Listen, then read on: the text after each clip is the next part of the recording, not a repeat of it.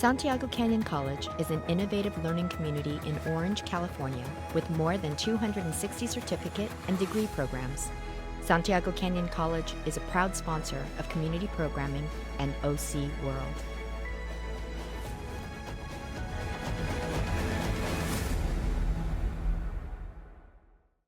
OC World is made possible by the generous contributions of Marisla Foundation, Keith and Judy Swain Family Foundation, Wells Fargo Bank, the University of California, Irvine, Orange County Community Foundation, Farmers and Merchants Bank, and viewers like you. Thank you.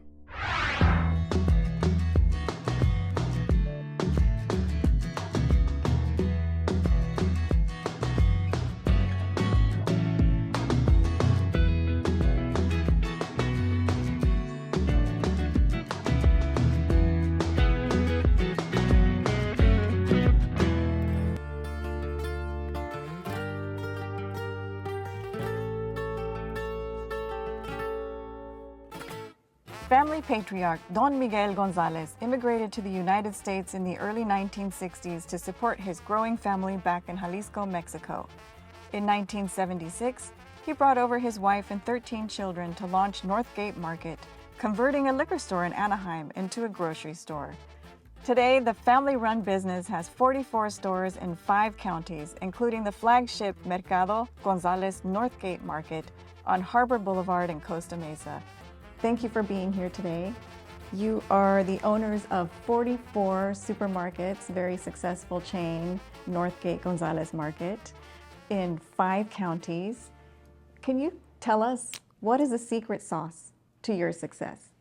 Well, I believe like any sauce, it has a lot of ingredients, but certainly family is one of the keys in our success, and the desire to to work together and build something together that would be something that we could pass on to future generations, and to serve, in our case, the early immigrant Mexican consumer here in Anaheim.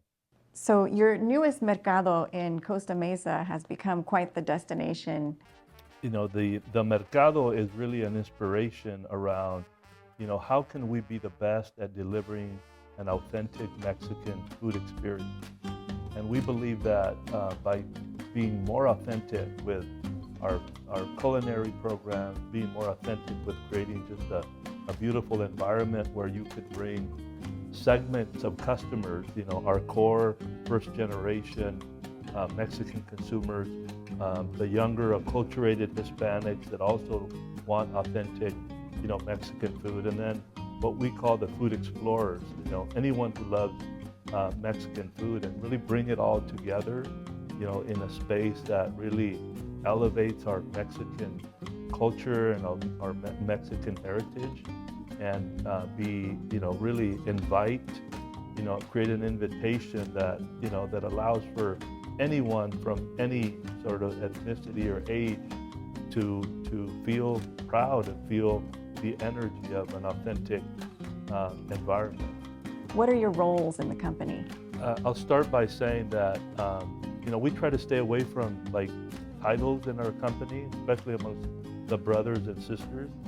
And we believe that the most important role is the ambassador role, and that is, how do you make sure that your associates are being treated fairly, that people are respecting the values. And then we've got individual roles. My sister Estela is the president of the foundation, of the Gonzalez Reynoso Family Foundation. Jesus heads up operations, and I'm a co-president.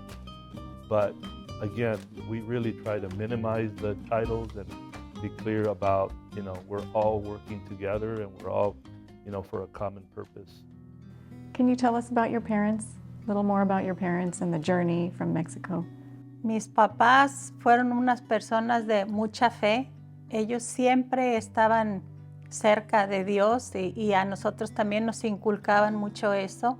Entonces siempre mi papá trataba de que estuviéramos toda la familia unida, porque hubo una ocasión que se vino él solo con mis hermanos, después regresó a México y luego nos fuimos a vivir al DF.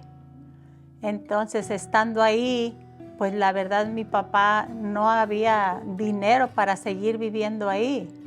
Se tuvieron que venir, fue cuando se vino Miguel, mi hermano, y mi papá, se vinieron para acá. Entonces ya nos quedamos allá nomás de una de mis hermanas, Ana Rosa, era la más grande, y de ahí para abajo nos quedamos con mi mamá viviendo en Jalos, el pueblo donde nosotros vivíamos. Pero yo creo que mi papá siempre tenía en su mente que estuviéramos todos juntos. Para él era muy importante tener la familia unida. Just to add on to that, I think the advice to other families, in particular immigrant families, is it all started with a need and sacrifice. I mean, the sacrifice was really both my mom and dad when they made the decision that my father would come to the United States with his two youngest or oldest kids, 17 and I believe 16, Francisco and Ramon. And my mother would stay back and raise the rest of the kids, 10. And it was, you know, they had never been separated. And it was a very difficult, you know, decision. But, you know, as Estela mentioned, my mother was and father, tremendous, you know, people of faith, and also people who dreamed and had a desire to, you know, create a better future for their kids and their willingness to sacrifice. And I think in many ways that's been the journey. The journey has been about like a dream and eventually, you know, sort of taking that leap of faith. And that time it was about, you know, separating, coming to El Norte, staying back in the small town. And it was, you know, their trust in the fact that they would, you know, take that big leap of faith, hoping and praying and, you know, and working really hard to make it a reality. How did you get the name Northgate? Well, it's a funny story, but it's a real story, you know. So when my father and my brother Miguel were offered the opportunity to buy that business, it was actually called Northgate. And the reason why we kept that name is because we didn't have any money to buy a sign. But after that, you know, my brother Miguel saw the name and actually said Northgate, which is North Gate, right? And in Spanish it's Puerta del Norte. And that's really what we did when we came from the south to the north. So that's when we made a decision that was the name that really fitted, you know, the journey of my dad and my mom bringing us over here. So that was the story about Northgate. Take us back to 1980 when you opened your first store in Anaheim. Well, 1980, you know, I was 16 years old. And in reality, you know, my dad wanted to buy which was pretty much a liquor store. His whole motive was, how do we get more so that we can create more jobs for the family, and obviously, you know, get us involved in some type of business, and for him to be owned by the family. So, but 1980 was what I would call, you know, because we didn't know anything about the grocery business. You know, like we shared, you know, my dad knew more of the shoe store and business, so that when we started, we really started from scratch. You know, from pricing the product. You know, produce. We only bought produce once a week. You know, obviously, some of the brothers learned how to do the meat, but at that time we didn't have any knowledge. And you know, but one of the things that I always share with our associates is our family days. And one of the things that I share with them is that my kind of sense or my experience was that we didn't have any knowledge of the grocery business, but we still had customers coming back. And to me, the secret sauce or the reason why people were coming back was our customer service. We knew our customers by name. We knew where they were from. We knew even what soccer team they preferred. So to me, it was more of customer service and people feeling like they're being heard or serviced. To me, that was kind of the first start of the store. What is it like to work with all of your siblings? There's 13. You're all operating the business. What is that like? You know, we see it as a great blessing. It's really been it's been a really beautiful journey. You know, I think this is like the 35th year where every Wednesday, all of my brothers and sisters we get together to have lunch, and so for us, you know, the business has been, you know, just a tremendous blessing to really build a family that loves each other and with common values of, you know, hard work and faith and humility. And so the business has given us that opportunity to really be a stronger family, which, you know, with 13, it's never easy, but we have been committed. We've been committed to stewardship of, you know, of our family, our business. We also believe there's a higher purpose in everything we do, and our faith, you know, that we got from my mom and dad has always been a big part of, you know, what drives us and keeps us together. But it's been a beautiful journey. Not always easy. Not always, you know, well, not always easy. But certainly, I think Jesus, my brother, was saying that, you know, my dad and my mom always said, look, you know, we don't believe in divorce, and, you know, you guys need to figure your things out, and whatever differences or issues, and, you know, you've got to stick together, and we've honored that, and I think that's been a big part of our, you know, of our success. You know, I remember I was 10 years old when we opened the first store, and for me, the first store was a place where I got to interact with all my brothers and sisters, my dad. But, you know, it was a real leap of faith for especially for my dad, who was, you know, 54 at the time. But really, what was really beautiful, I remember hearing the stories in the house even before we bought the store about, hey, how are we going to afford this? You know, my dad talking about mortgaging his house and being, you know, really afraid of doing that, and Miguel, my brother, of doing the same thing to provide the equity, and then a lot of my brothers and sisters, you know, basically quitting their jobs and going to work for, you know, this little store. So it was a real family, you know, environment and dynamic where, you know, everybody was trying to figure out how they were going to contribute, and I think that was a big part of the glue that really kind of helped. Especially, I was only 10 years old. I played a lot of video games at the time, so it didn't work much. But certainly my brothers and sisters, they were, you know, some of them brought in the capital, others brought in the sweat equity, and it was just a beautiful thing to be there. It was better than going to Disneyland. Wow, better than Disneyland. Yes, it was.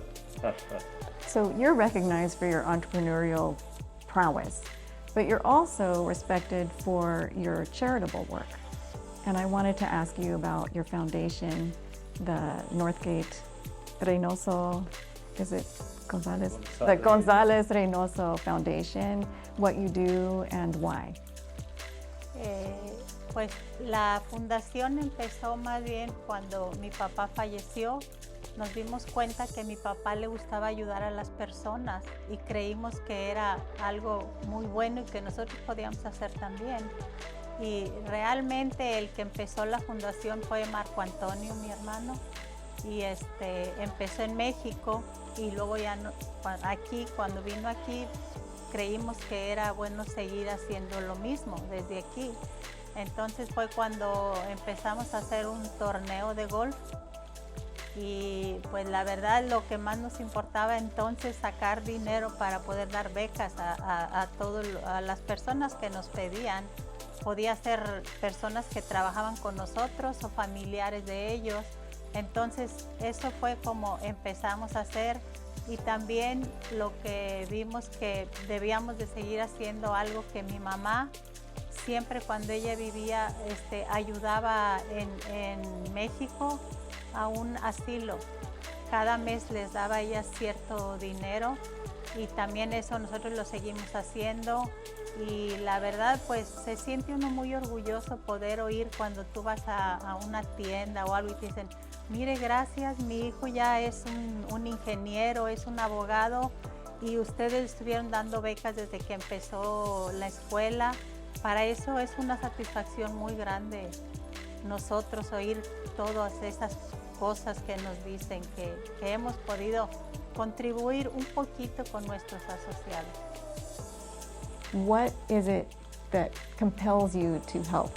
What compels us to help make the communities we serve, better is our deep desire to, that we're grateful for the opportunity we've had to do business in this country, to impact, communities and impact, the people that live in those communities. And, a big part of our essence and frankly our purpose as a family and as a company is really about, how do we help improve the communities we serve? There's a lot of need in the communities that we operate in. And really we have organized our giving and our passion in three ways. One is around education. I think my sister Estela mentioned, the scholarship program. There's a lot of beautiful stories about, somebody whose mom started in the tortilleria department, and eventually her son received a scholarship and went on to Cal State Fullerton, graduate from USC, and now works for us as a director in a tortilleria department. And so there's a lot of beautiful stories around the power of education in those communities that frankly haven't had many times the exposure or the opportunity to go to higher education. The other piece is really around health and wellness. I mean, our stores, the amount of fresh and healthy products we offer is off the chart. But a lot of times in our communities where there's a lot of diabetes, a lot of issues with just chronic issues, a lot of it is around education and access. And so a lot of our, again, efforts, passion is how do we help improve, the health and the wellness of our customers and our communities. And then the third part is really around faith. And I mean, as I mentioned earlier, and we mentioned, faith is a big part of who we are and what we believe. And so we really try to partner with a lot of the faith groups, churches in every community that we operate in. And frankly, I think what we believe that our higher purpose, again, is to make sure that we can, impact our communities in ways that will make them better. And now, from the nonprofit world, a novel way of teaching young people with Down syndrome how to connect with one another through dance.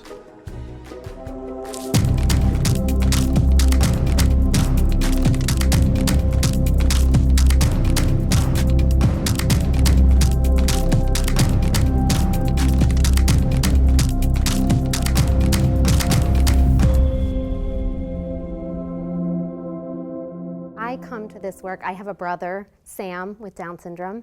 So I have grown up around individuals with Down syndrome and disabilities and really saw the need for this type of programming for that community. And so when Sari and I came together, we put this vision of both of ours together, and here we are. I found this work initially because I am a dancer, really looking for what is my purpose in this world, and it is to serve is what I came up with. This kind of work and working with the disability community fell right into my lap, and it just felt like the stars had aligned and I've been doing this work ever since. Our mission of Down for Dance is to empower individuals of all abilities to build a stronger sense of self through dance. And our vision is to spread Down for Dance across the globe so that all individuals have access to high-quality dance and arts programming. Annie and I met doing similar work together out in the community and realized that our visions aligned, and we share a deep passion for developing and offering high-quality arts programming to those populations where it's not always accessible. We started with 2 in-person classes, 2 hip-hop classes, one in Long Beach and one in Orange County, probably about a total of 20 students in 2017. And like the rest of the world with COVID, we had to pivot our program online, but that really allowed us to extend our arms beyond our own neighborhood. And so we were able to reach even more students, and we are now thriving with over 160 students around the country. We offer year-round weekly dance, art, and yoga classes. We have 19 weekly classes now with both online and in-person options for our students.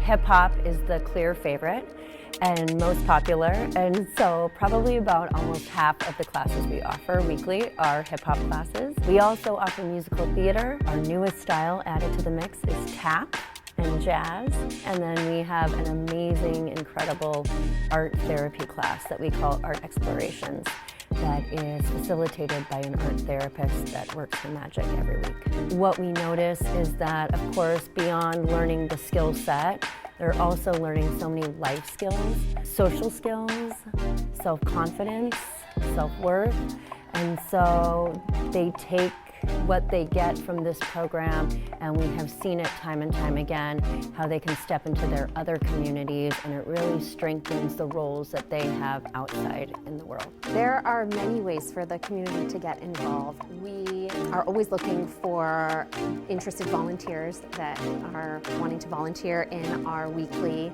classes. We have volunteers both in our in-person and in our online classes. So and you do not have to have dance experience to volunteer in the classes. We are just looking for anyone that is interested in helping.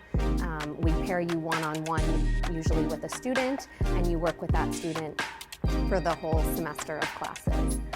We also, if you know someone that might want to dance with us, someone that has Down syndrome or another disability that's interested in taking classes with us, feel free to refer them to our program. We are always enrolling students, and so students can join at any time throughout the year. We have classes year-round. So we thrive ourselves on offering our students year-round performance opportunities. That's one of the elements that is always included in like a typical dance training experience, and so it's really important to us that we are providing that same element. They do participate in recitals around the community as guest performers, but then we are so lucky and blessed to be able to participate in galas and community events throughout the year to offer our students a platform to shine in all the ways that they do. And from Bowers Museum, a unique art expo of comic artistry and pop culture.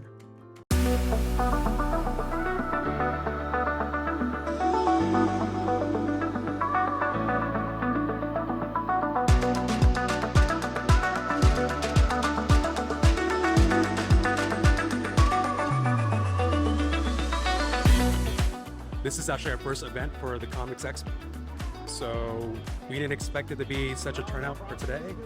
Wow, what does it mean to you to be presenting your art at your work right now? It is really, really cool. You know, it's awesome. It's my first time getting to showcase, my skill set, what I can prove, what I can bring to the table as a local independent artist right now.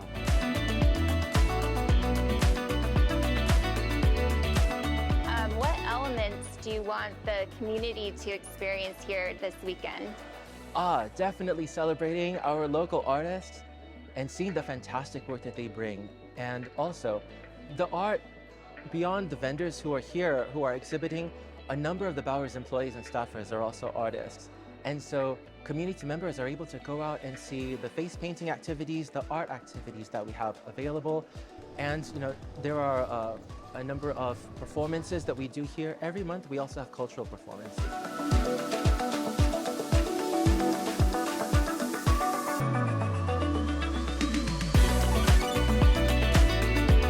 I'm standing here with local artists of Blue Lot, Ruben Salazar. Basically, I manage a property called the Blue Lot.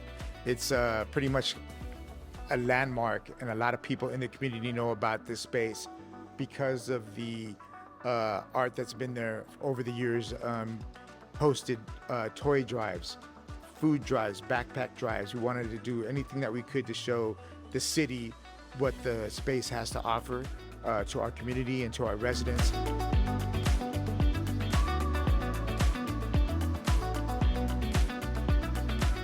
I'm sitting here with President and CEO of Bowers Museum, Sean O'Hara. He has been in his role now for about 10 months now. That's right. That's right. Yeah. What have you accomplished so far in the last 10 months? I spent the last several months working with local groups and community leaders to try to bring them into the conversation so that we can include them in the new stories that we tell. The comic show, manga, anime, which is now people at first probably think it's like the subculture, but it's actually the dominant culture. Oh, yeah. This is the first show of its kind in North America, which is kind of mind-boggling. You're like, well, how's it taken this long? And even though it is an Asian comic show, the connection with Western comics and global comics is huge, and the influences go back and forth. Thank you so much, and I hope that the community sees this and continues to build your mission as well. And thank you for all that you do with the community. Well, thank you, and thank you for talking about this. Oh yeah, this is my honor. Yeah, so thank we you. look forward to seeing you when the show opens. Yeah. Oh, I'll be there. I'll be there for sure. Yeah. Thank you so much, Sean. It was Thank wonderful you. talking Yes, with you. nice to Thank meet you. Thank you. Thank you.